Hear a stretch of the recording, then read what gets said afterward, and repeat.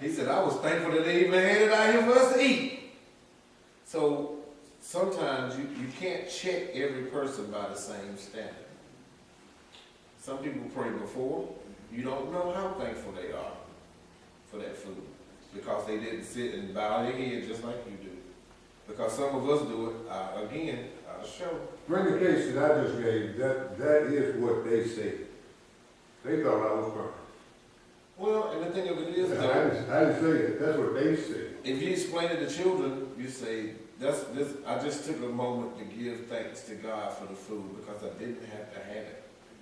I tell people this, I prayed that God aligned the food and my body chemistry together so that when I eat it, it nourishes me.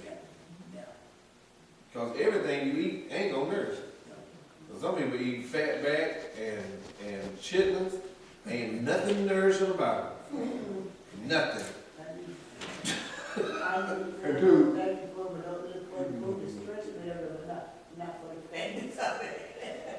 but two, when I understand what everybody's saying, I'm in agreement. And two, when you pray over food, you never know, even through that prayer, what God will have you touch for somebody. Because when they, and I'm just suggesting my opinion, when they was in awe with you praying, they hadn't seen anybody else praying, so them looking at you, hey, look over there. But they were glad.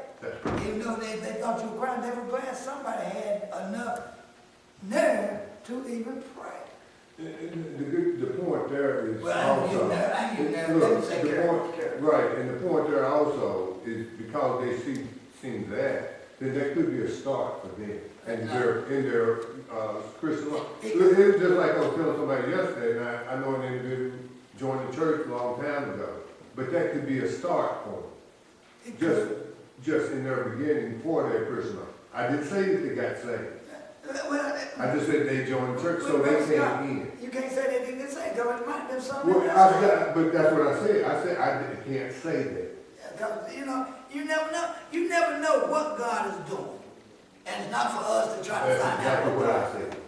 That's the same thing. Because when God works out things, He works out something in a way that we can't figure, but He can figure. But God did it. I don't know how we got over that. I was just sitting here thinking the same thing. How we get over there? But we're talking about praising God, giving God the praise. Yes. How we got over there, you was talking about the Lord's Supper, I believe it was, and I didn't bring it up something. it was. But I didn't talk about something. That's okay, let me get back. Yeah, let me get my thoughts back together. But we're going to verse 4. To an inheritance, incorrupt and undefiled, and that fadeth not away, reserved in heaven for you, who are kept by the power of God, through faith unto salvation, ready to be revealed in the last time. Now, what is the two verses talking about? What are they talking about?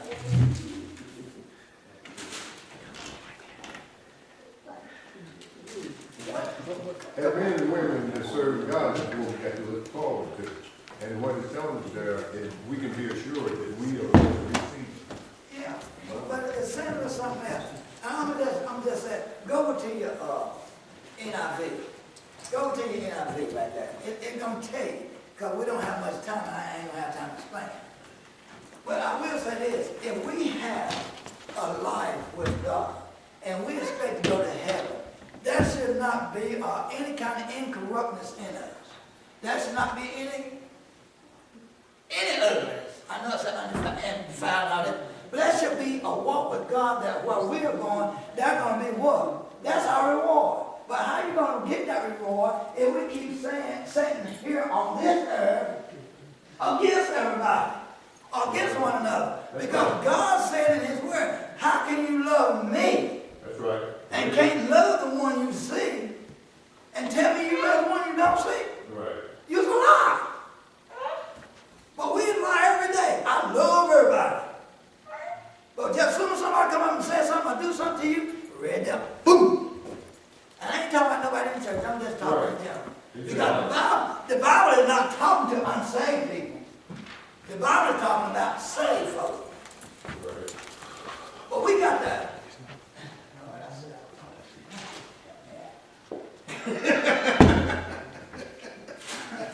But we ought to challenge our own self and look back and examine ourselves and see where we're really at in the Lord. Right. Because like I said in the beginning, I love Sister Dar's testimony. Because I know that her testimony is genuine when she gives it. She don't add or take away. She just said what good the Lord have did for her. But when you go add all these other conjectures, that's telling me something, Pastor. That I ain't got it right yet. But when you can give a testimony of God and it's clean and pure, because we should be like that gold, purified. That old stuff being burned up by the Holy Spirit. But when the Holy Spirit ain't working, what is working in us? I know my time is up. And I know y'all glad I got to sit down.